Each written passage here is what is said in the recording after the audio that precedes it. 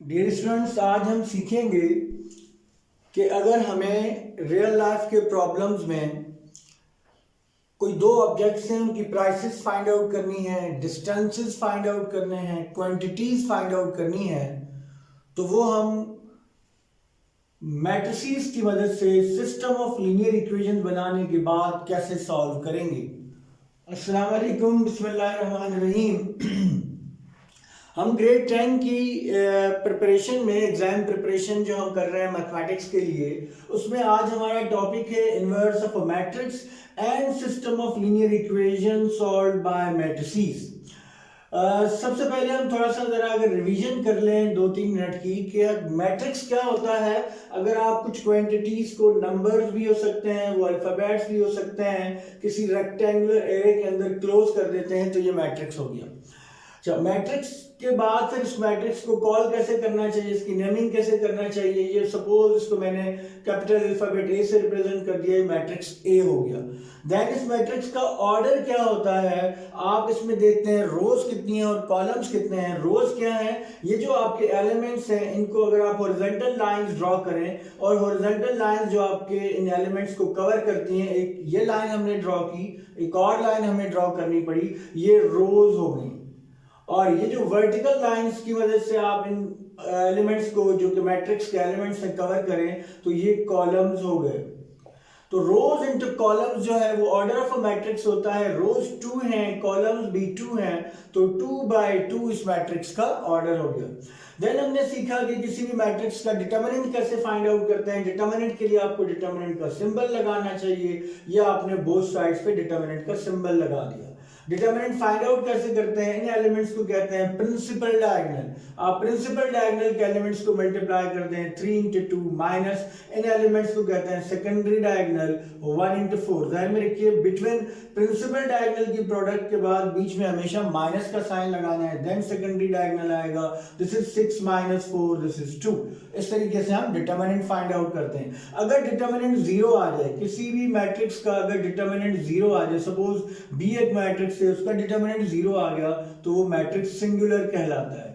और अगर डिटर्मिनेंट 0 ना आए तो वो नॉन सिंगुलर होता है। फिर हमने सीखा कि किसी भी मैट्रिक्स का एडजॉइंट कैसे फाइंड आउट किया जाता है। तो एडजॉइंट ऑफ ए इक्वल होगा, ये जो प्रिंसिपल डायगोनल के एलिमेंट्स हैं, इसके हम पोजीशन चेंज कर देते हैं, ये 2 और ये 3 हो गया।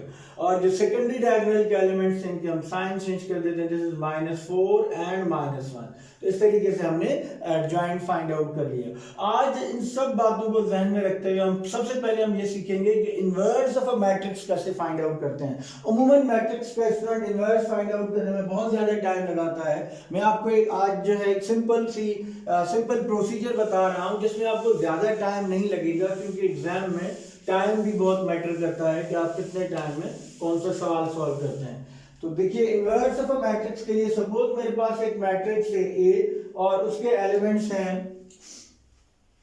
पहले इनवर्स ऑफ अ मैट्रिक्स होता क्या है। फॉर एग्जांपल, ये ए एक मैट्रिक्स है और इसके एलिमेंट्स हैं ए बी सी डी, और आपको इसका इनवर्स चाहिए। तो इनवर्स का सिंपल सा फार्मूला है, A inverse is equals to 1/, determinant of A into adjoint of ए।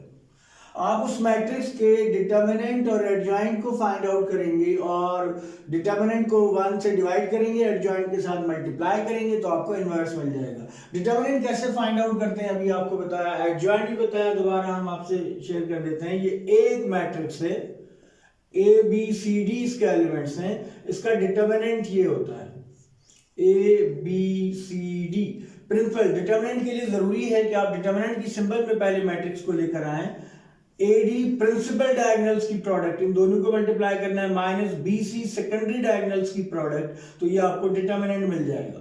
और एडजॉइंट के लिए क्या करेंगे आप, एडजॉइंट के लिए आप प्रिंसिपल डायगोनल की पोजीशन चेंज कर देंगे, डी एंड ए, और सेकेंडरी डायगोनल के साइन चेंज कर देंगे, -b एंड -c, तो आपको डिटर्मिनेंट मिल जाएगा। ध्यान में रखें, अगर किसी भी मैट्रिक्स का जो एडजॉइंट मिल जाएगा, किसी भी मैट्रिक्स का अगर डिटर्मिनेंट 0 आ जाए, अगर ये 0 हो जाए तो इनवर्स पॉसिबल नहीं होगा, inverse is not possible. Determinant zero नहीं होना चाहिए, क्योंकि हमें नजर आ रहा है कि डिटर्मिनेंट डिवीजन में है। मैथमेटिक्स में डिनोमिनेटर में जब जीरो आता है तो मैथमेटिक्स जो है उस कंडीशन में अनडिफाइंड होता है। इसलिए आपका डिटर्मिनेंट अगर जीरो आ जाएगा तो आप कहेंगे कि इन्वर्स पॉसिबल नहीं है। अब हम एक एग्जांपल लेते हैं जिसमें हम एक कोई भी एग्जांपल लेकर के उसका इन्वर्स फाइंड आउट करते हैं ताकि आपको इन्वर्स क्लियर हो जाए। फॉर एग्जाम्पल हम एक मैट्रिक्स पिक करते हैं, ये एक मैट्रिक्स बी है और इसके एलिमेंट्स हैं 5, 3, 4 एंड 8 और मुझे फाइंड करना है बी इनवर्स। तो हम कैसे फाइंड आउट करेंगे? सबसे पहले आप इसका फार्मूला लिख देंगे। इसका फार्मूला है B inverse is equals to 1/, determinant of B and adjoint of B. इसका मतलब यह है कि आपको इस b का डिटर्मिनेंट फाइंड आउट करना है और एडजॉइंट फाइंड आउट करना है। सो डिटर्मिनेंट अभी हमने देखा b का डिटर्मिनेंट, क्विकली आप इसका डिटर्मिनेंट लिखेंगे। डिटर्मिनेंट का सिंबल मैं आपको अगेन एंड अगेन कह रहा हूं लगाना जरूरी है। बहुत से टीचर अगर आप डिटर्मिनेंट फाइंड आउट कर रहे हैं और मैट्रिक्स का सिंबल लगाया हुआ है उस पर भी नंबर आपके काट देते हैं। तो इसको आप मल्टीप्लाई करेंगे secondary diagonal 5 into 8 minus principal diagonal 5 into 8 minus secondary diagonal 4 into 3, this is 40 minus 12 and this is 28। तो ये हमने डिटर्मिनेंट फाइंड आउट कर लिया। डिटर्मिनेंट जो है वो जीरो के इक्वल नहीं होना चाहिए और ये जीरो के इक्वल नहीं है। देन आप एडजॉइंट भी फाइंड आउट कर लीजिए, एडजॉइंट ऑफ बी। एडजॉइंट में आपने क्या करना है, प्रिंसिपल डायगोनल की पोजीशन चेंज करनी है, that is 8 and 5। Secondary diagonal के साइन चेंज करने हैं, दिस इज -3 and 4। अक्सर मैंने देखा है स्टूडेंट ये भी मिस्टेक करते हैं कि जब वो एडजॉइंट फाइंड आउट करते हैं तो वो यहाँ पे लिख तो देते हैं एडजॉइंट ऑफ बी, लेकिन यहाँ पर अगेन उन्होंने बी मैट्रिक्स लिखा होता है, फिर नेक्स्ट स्टेप में जाके उसका एडजॉइंट फाइंड आउट करते हैं। जब आप एडजॉइंट लिख देंगे तो इट मींस यहाँ पर आपने एडजॉइंट ही लिखना है, आपने बी मैट्रिक्स नहीं लिखना है। इस बात का भी ख्याल रखना आपने। तो आपने ये एडजॉइंट फाइंड आउट कर लिया, एडजॉइंट हमें पता चल गया। अब हम इनवर्स के फार्मूला में ये वैल्यूज रिप्लेस कर देंगे। Equation 1 implies that put values in equation 1। तो इक्वेशन 1 में जब आप वैल्यूज रिप्लेस करेंगे तो ये हो जाएगा b inverse is equals to 1/, determinant क्या था, दैट इज 28 और एडजॉइंट क्या है, दैट इज 8 - 3, 4 and 5। अच्छा, अब एक बात ध्यान में रखिए, अगर आपको सिंपल इनवर्स फाइंड आउट करना है तो ये जो 1/28 है ये आप हर नंबर से मल्टीप्लाई कर दें। 8/28 - 3/28, क्योंकि ये आपकी सिंप्लीफिकेशन मोर सिंप्लीफिकेशन में आ जाएगा कि आपने फुल सिंप्लीफाई किया है। ये आपके पास यहाँ कैंसिलेशन अगर पॉसिबल है तो वो कैंसिलेशन भी कर देंगे आप।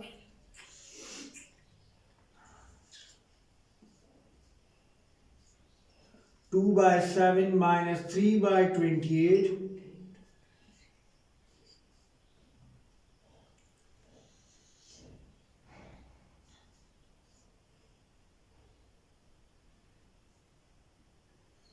और ये 5/28। तो इस तरीके से आपने इनवर्स फाइंड आउट कर लिया। ठीक है, अगर आपने जस्ट इनवर्स फाइंड आउट करना है तो ये सारे स्टेप्स करना बहुत ज़रूरी है क्योंकि इनके मार्क्स हैं। लेकिन अगर आपने इनवर्स को किसी और पर्पस के लिए यूज़ करना है तो मैं आपको एडवाइस करूंगा कि ये जो एलिमेंट है ये जब आप डिवाइड करते हैं तो यहाँ फ्रैक्शन क्रिएट हो जाते हैं और फ्रैक्शंस में मल्टीप्लिकेशन वगैरह थोड़ा मसला कर देती है। तो बेहतर है कि फिर आप इनवर्स को इसी फॉर्म में रहने दीजिएगा। आगे जब हम चलेंगे इन्वर्जन मेथड में तो वहाँ पे मैं आपको बताऊंगा भी। यहाँ पे एक बात और बहुत ज़रूरी है जो आपको पता होनी चाहिए। अगर सपोज ये बी एक मैट्रिक्स है और इसका इनवर्स ऑब्जेक्टिव में आ गया कि what will be the inverse of this matrix, तो देन हम कैसे फाइंड आउट करेंगे इसका इनवर्स? दो मेथड है। अगर ये एमसीक्यू में आया है तो जो आपके पास मैट्रिसेस गिवन है उनमें से अगर कोई मैट्रिक्स इसका इनवर्स होगा तो इस मैट्रिक्स और इनवर्स की product must be identity matrix होगी। ये आई के इक्वल आ जाता है। ये समटाइम्स प्रूव भी करना होता है। किसी भी मैट्रिक्स को अगर उसके इन्वर्स से मल्टीप्लाई किया जाए तो हमेशा आइडेंटिटी मैट्रिक्स आएगा। कभी कभी आइडेंटिटी मैट्रिक्स के बजाय I2 भी लिखा होता है, क्योंकि अगर आपका मैट्रिक्स 2/2 का है तो जो आइडेंटिटी मैट्रिक्स आएगा वो भी 2/2 का होगा। 2/2 का आइडेंटिटी मैट्रिक्स क्या होता है? 1 0 0 1। 3/3 का आइडेंटिटी मैट्रिक्स क्या होता है? 1 0 0 0 1 0 0 0 1। अगर मैं आपसे कहूं कि 1/1 का आइडेंटिटी मैट्रिक्स क्या होता है, ये भी एक दफा ऑब्जेक्टिव आ चुका है कि 1/1 का आइडेंटिटी मैट्रिक्स क्या है, तो बेटा 1/1 का आइडेंटिटी मैट्रिक्स जस्ट 1 होता है। ये भी हमें पता होना चाहिए।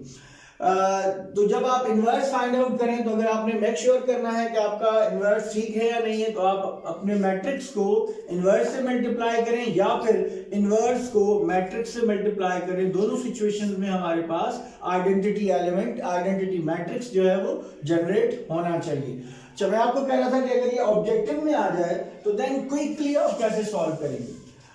अगर ये ऑब्जेक्टिव में आ जाए, क्विकली सॉल्व करने का क्या मेथड है? 1/5 8 40 minus 4 3 12 and this is -8 5 -3 -4।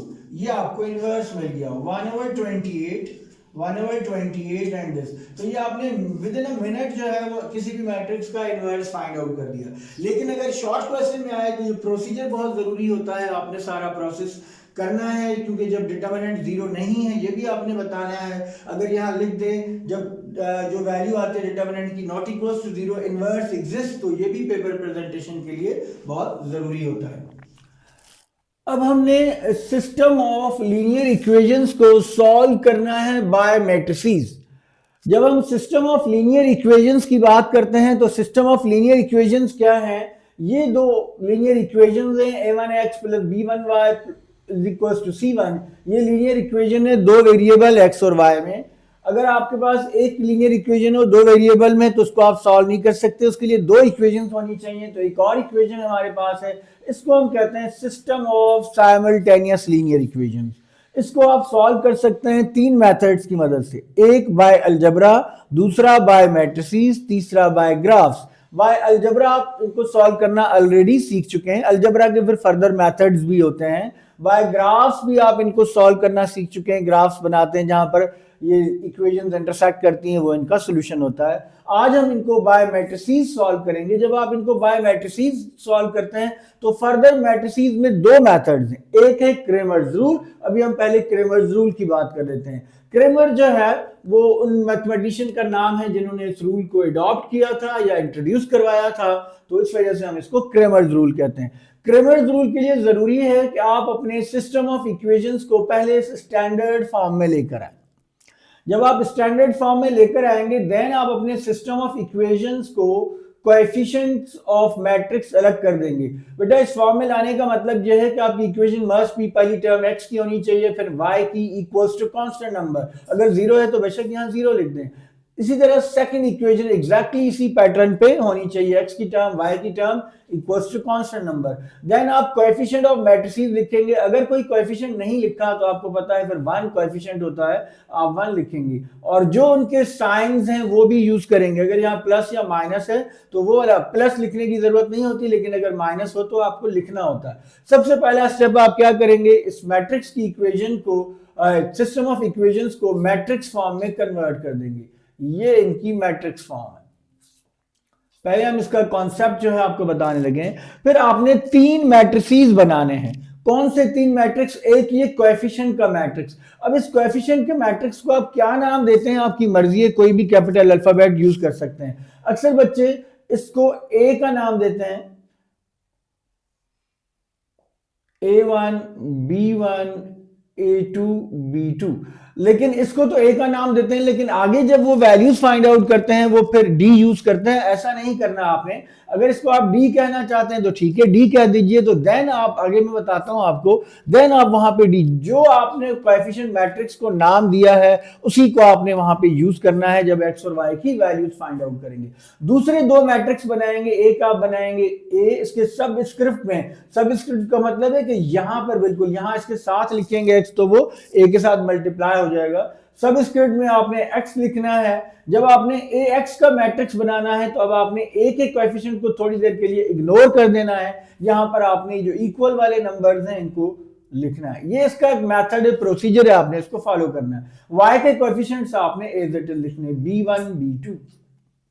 Then आपने ए वाई का मैट्रिक्स बनाना है। ए वाई का मैट्रिक्स जब आप बनाएंगे तो अब आप y के कोएफिशिएंट्स को इग्नोर कर देंगे थोड़ी देर के लिए और यहां पे आप लिखेंगे c1 c2।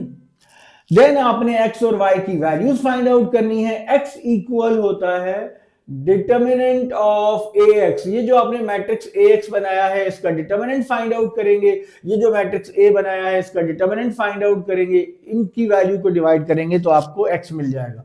तो यही बात मैं आपको समझाना चाह रहा था कि जब आपने यहां अगर d लिखा है तो फिर तो आप डिटर्मिनेंट ऑफ dx और डिटर्मिनेंट का सिंबल लगाना भी जरूरी है। सिर्फ dx लिखना इनफ नहीं होता क्योंकि डिटर्मिनेंट्स की वैल्यूज को आप डिवाइड करते हैं। सिमिलरली y की वैल्यू आप फाइंड आउट करेंगे determinant of ay divided by determinant of a। तो इस तरह जो आपको x और y की वैल्यूज मिलेंगी देन उसका आप सॉल्यूशन सेट लिखेंगे इस तरीके से ऑर्डर्ड पेयर की फॉर्म में, पहले x फिर y। तो ये आपका कंप्लीट रिजल्ट होगा। तो अब हम एक एग्जांपल लेते हैं जिसको हम सॉल्व करते हैं इन मैट्रिक्स इन्वर्जन क्रैमर रूल से। इसी तरह यही प्रोसीजर होगा, इसको आप नोट भी कर लीजिए, ये कॉन्सेप्ट भी नोट कर लीजिए ताकि आपको पता हो। तो हम एक एग्जांपल पिक करते हैं 2x plus y is equals to 7,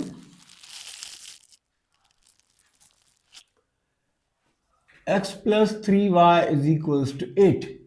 ध्यान में रखिए इसका एक क्वेश्चन ही काफी है। अगर आप एक क्वेश्चन को डिटेल से one by one step by step solve करते हैं तो वैल्यूज कुछ भी आ जाएं। हर क्रैमर्स रूल, कोई भी क्वेश्चन आप क्रैमर्स रूल की मदद से सॉल्व कर सकते हैं। इसलिए कॉन्सेप्ट बहुत इंपॉर्टेंट है। तो आप जरा फोकस कीजिएगा कि हम किस तरीके से इसको सॉल्व करने लगे। सबसे पहला स्टेप यह है कि आप इन इक्वेशंस की मैट्रिक्स फॉर्म लिखेंगे। मैट्रिक्स फॉर्म क्या है? 2 x का कोएफिशिएंट, यहां पर x का कोएफिशिएंट 1 तो आप यहां 1 लिखेंगे। y का कोएफिशिएंट 1, अगर यहां माइनस होता तो -1 लिखते। y का coefficient 3, then x y, then equal वाले number that is 7 and 8।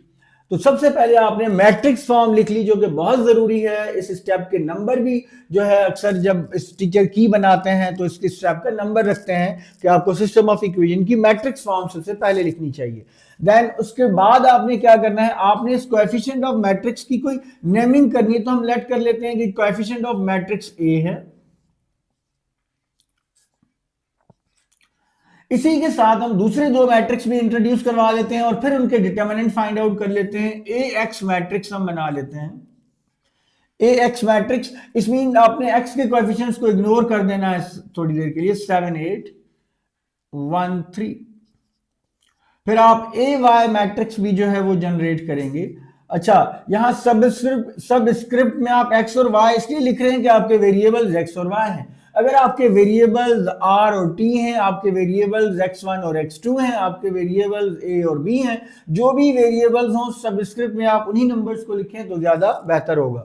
AY जब आप मैट्रिक्स बनाएंगे तो अब आपने x के कोएफिशिएंट्स तो लिखने हैं लेकिन y के कोएफिशिएंट्स को इग्नोर कर देना है और उसकी जगह ये जो नंबर्स हैं इक्वल वाले इनको आपने लिखना है।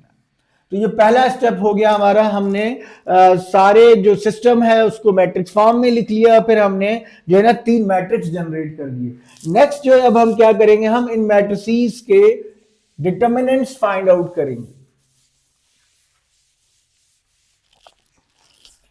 पहले कोएफिशिएंट ऑफ मैट्रिक्स का डिटर्मिनेंट फाइंड आउट करना चाहिए क्योंकि अगर वो 0 हो गया तो सॉल्यूशन, सिस्टम का सॉल्यूशन एग्जिस्ट नहीं करेगा। इसका क्या मतलब होता है इस वीडियो में हम बात करेंगे। ये पहले डिटर्मिनेंट फाइंड आउट कर लेते हैं कोएफिशिएंट्स का 2 1 एंड 1 3। क्या बताया आपको हमने कि प्रिंसिपल डायगोनल्स की product 2 into 3 that is 6 minus secondary diagonal की product 1 into 1 this is 1। So determinant of a is equals to 5, this is not equals to 0। अगर डिटर्मिनेंट 0 आ जाए तो आपका सिस्टम का सॉल्यूशन एग्जिस्ट नहीं करेगा क्योंकि डिनोमिनेटर में 0 आ जाएगा। सिस्टम के सॉल्यूशन एग्जिस्ट ना करने का मतलब यह है आपके पास कोई भी ऐसी x और y की वैल्यूज अवेलेबल नहीं है जो लेफ्ट साइड को 7 बना सकें, ठीक है, इसका लॉजिकल मतलब ये होता है। तो लेकिन हमारा डिटरमिनेंट 0 नहीं है, इसका मतलब है सॉल्यूशन एग्जिस्ट करता है। फिर हम डिटरमिनेंट फाइंड आउट करेंगे ax का। जब आप डिटरमिनेंट फाइंड आउट कर रहे हैं तो आपको प्रॉपर्ली डिटरमिनेंट का सिंबल लगाना चाहिए। प्रिंसिपल डायगोनल की प्रोडक्ट 21 माइनस सेकेंडरी डायगोनल की प्रोडक्ट 8। 21 में से आप 8 माइनस करें तो आपके पास आ गया 13। देन ए वाई का determinant A Y, this is 2 7 1 and 8। Principal diagonal की प्रोडक्ट 16 माइनस सेकेंडरी डायगोनल की प्रोडक्ट 7। 16 minus 7 is 9। तो ये आपको डिटर्मिनेंट ऑफ ax भी मिल गया, डिटर्मिनेंट ऑफ ay भी मिल गया और डिटर्मिनेंट ऑफ a भी मिल गया। नाउ अब आप डेफिनेशन लिखेंगे कि आपकी x की क्या डेफिनेशन है। x इक्वल था, जब आप कभी भी फ्रैक्शन लिखें बेटा तो फ्रैक्शन अक्सर स्टूडेंट क्या करते हैं, फ्रैक्शन उनका कुछ इस तरह से होता है कि x लिखा और फॉर एग्जांपल ये 27 है और 9। तो इससे ये है कि फ्रैक्शन का जो फॉर्मेशन है वो गलत हो जाती है। जब भी आप फ्रैक्शन लिखें तो सबसे पहला स्टेप ये करें कि जब वेरिएबल लिख ले, वेरिएबल के सामने पहले इक्वल के साथ पहले फ्रैक्शन की जो लाइन है उसको आप लगा दीजिए, तब आपका फ्रैक्शन कभी भी गलत नहीं होगा। अब x जो है determinant of ax and determinant of a। Determinant of ax हमने फाइंड आउट किया, ये है 13 और डिटर्मिनेंट ऑफ a भी हमने फाइंड आउट किया, ये है 5। सिमिलरली y की value determinant of ay divided by determinant of a। ay का डिटर्मिनेंट जो है वो है 9 और a का डिटर्मिनेंट है 5। इस तरह हमें सॉल्यूशन सेट मिल गया। आप जितने भी क्वेश्चंस चाहें कर लें, लेकिन आपका जो फॉर्मेशन है वो अगर करेक्ट हो तो एसएलओ बेस्ड कोई भी क्वेश्चन आए किसी भी तरह का क्रेमर्स रूल से आप आराम से सॉल्व कर सकते हैं अगर इस एक क्वेश्चन की आप सेंस के साथ प्रैक्टिस करते हैं। ये आपके पास सॉल्यूशन आ गया। अगर एग्जाम में आपका पेपर जल्दी सॉल्व हो जाता है, टाइम आपके पास बच जाता है, आप अपना ये वाला आंसर कंफर्म भी कर सकते हैं कि आपने जो आंसर फाइंड आउट किया है वो ठीक है या नहीं है। कैसे? आप ये x की वैल्यू यहां पर इस 2 के साथ मल्टीप्लाई करेंगे, ये y की वैल्यू यहां पर प्लेस करेंगे और इसको सिंप्लीफाई करें तो इसका रिजल्ट भी 7 आना चाहिए। सिमिलरली अगर यहां पर रिप्लेस करें x और y की वैल्यू और उनके साथ जो कोएफिशिएंट्स हैं उनके साथ मल्टीप्लाई करके ऐड या सब्ट्रैक्ट करें तो अगर यहाँ जो नंबर है वहां यहां पर भी वही नंबर आना चाहिए। अगर ऐसा हो तो इसका मतलब है आपका सॉल्यूशन ठीक होता है। इसको आप नोट कर लीजिए। फिर हम इसी के साथ जो है जो सेकंड मेथड है सिस्टम ऑफ इक्वेशंस को सॉल्व करने का, मैट्रिक्स इन्वर्जन मेथड, वो भी यही एग्जांपल हम पिक करते हैं और इसी को सॉल्व करते हैं मैट्रिक्स इन्वर्जन मेथड से, ताकि हमें क्लियर हो कि बोथ सॉल्यूशन बोथ मेथड्स के साथ सेम रिजल्ट आता है। आप इसको नोट कर लीजिए।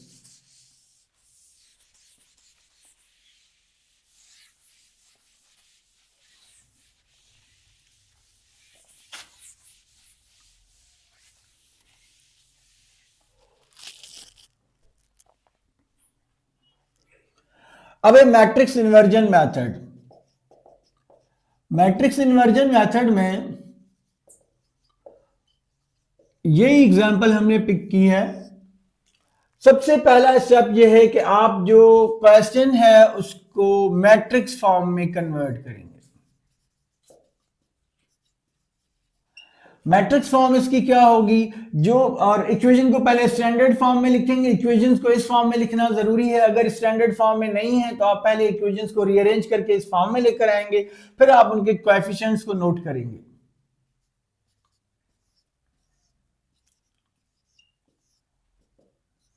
एक बात ध्यान में रखिए स्टूडेंट, अगर आप फेडरल बोर्ड ग्रेड 10 की प्रिपरेशन कर रहे हैं एग्जाम के लिए तो ये क्वेश्चन बहुत इंपॉर्टेंट क्वेश्चन है। 90% से ज्यादा चांसेस होते हैं कि मैट्रिक्स सिस्टम ऑफ इक्वेशन, या तो मैट्रिक्स इन्वर्जन मेथड से या क्रेमर्स रूल से, या फिर इनका कोई सिनेरियो बेस्ड क्वेश्चन आता है जिसकी पहले इक्वेशन बनाते हैं और फिर सॉल्व करते हैं। बहुत लॉन्ग में और शॉर्ट दोनों में ये क्वेश्चन के आने के बहुत ज्यादा चांसेस हैं, और इन्वर्स भी। तो आज का लेक्चर एग्जाम के पॉइंट ऑफ व्यू से समझिए कि इसमें से जरूर आपके एक या दो पार्ट्स आपके एग्जाम का हिस्सा होते हैं।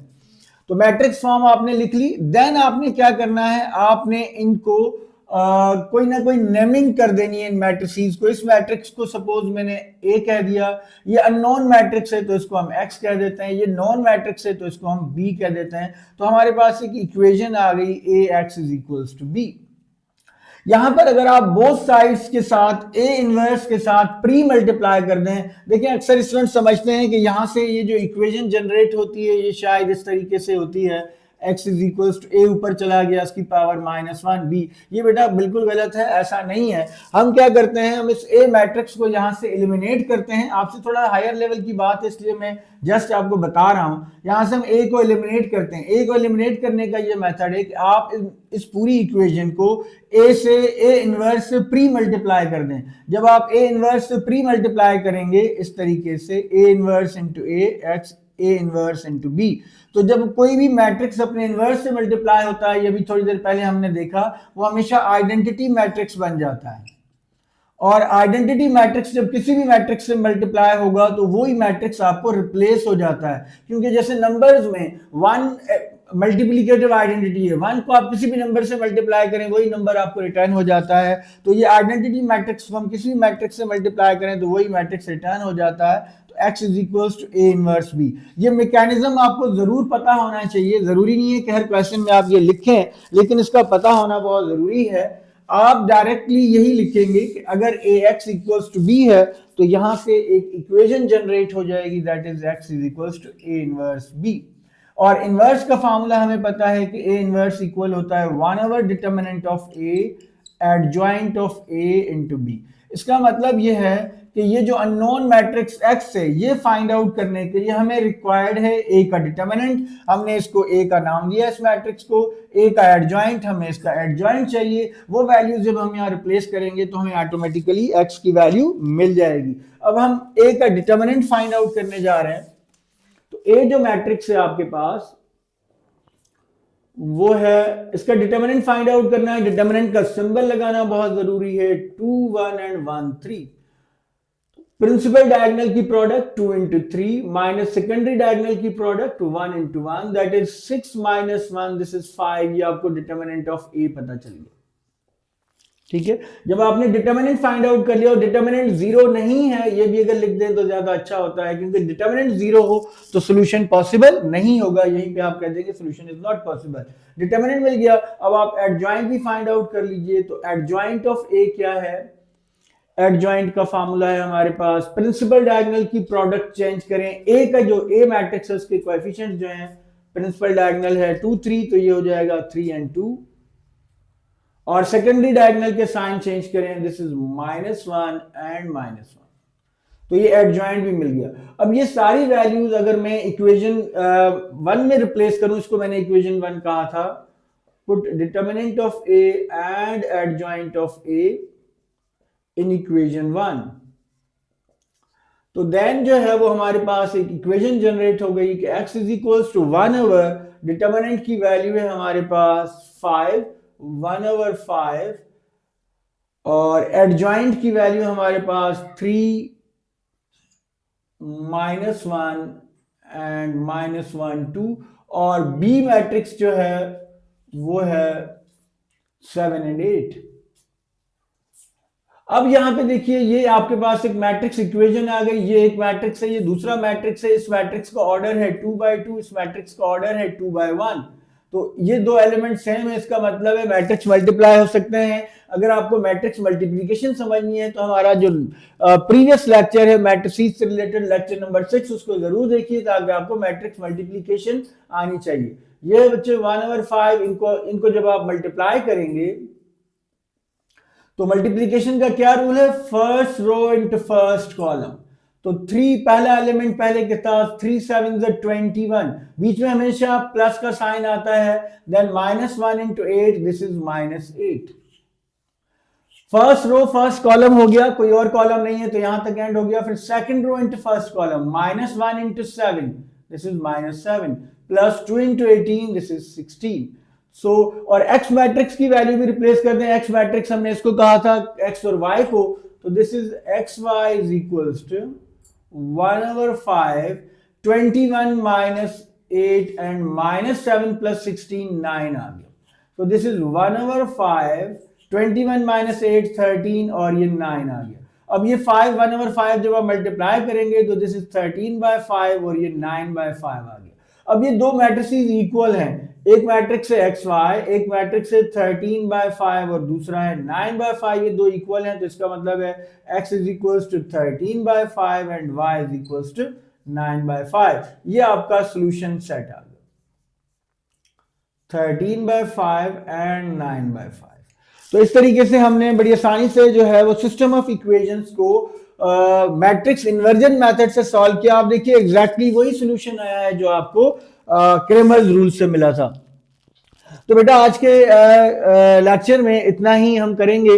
इन सब चीजों को इससे क्रेमर्स रूल से सिस्टम ऑफ इक्वेशंस की प्रैक्टिस करें, आपके जो टेक्स्ट बुक में सवालात हैं या मुख्तलिफ सवालात पिक करें, उनको सॉल्व करें। नेक्स्ट इंपॉर्टेंट पार्ट इसका एक है, वो है कि आप सिनेरियो बेस्ड रियल लाइफ के अगर क्वेश्चंस हो तो उनको आप मैट्रिक्स इन्वर्जन मेथड से या फिर क्रेमर रूल से कैसे सॉल्व कर सकते हैं। उनकी पहले हमें इक्वेशन बनानी पड़ती है और इक्वेशन बनाने के बाद फिर हम उनको सॉल्व करते हैं। उसके हम 2-3 क्वेश्चन जो है वो पास पेपर जब आपके साथ सॉल्व करेंगे और इंपॉर्टेंट क्वेश्चन सॉल्व करेंगे तो उसमें आपको सॉल्व करके बताएंगे कि किस तरीके से सिनेरियो को इक्वेशन में कन्वर्ट किया जाता है। टिल देन अल्लाह हाफिज।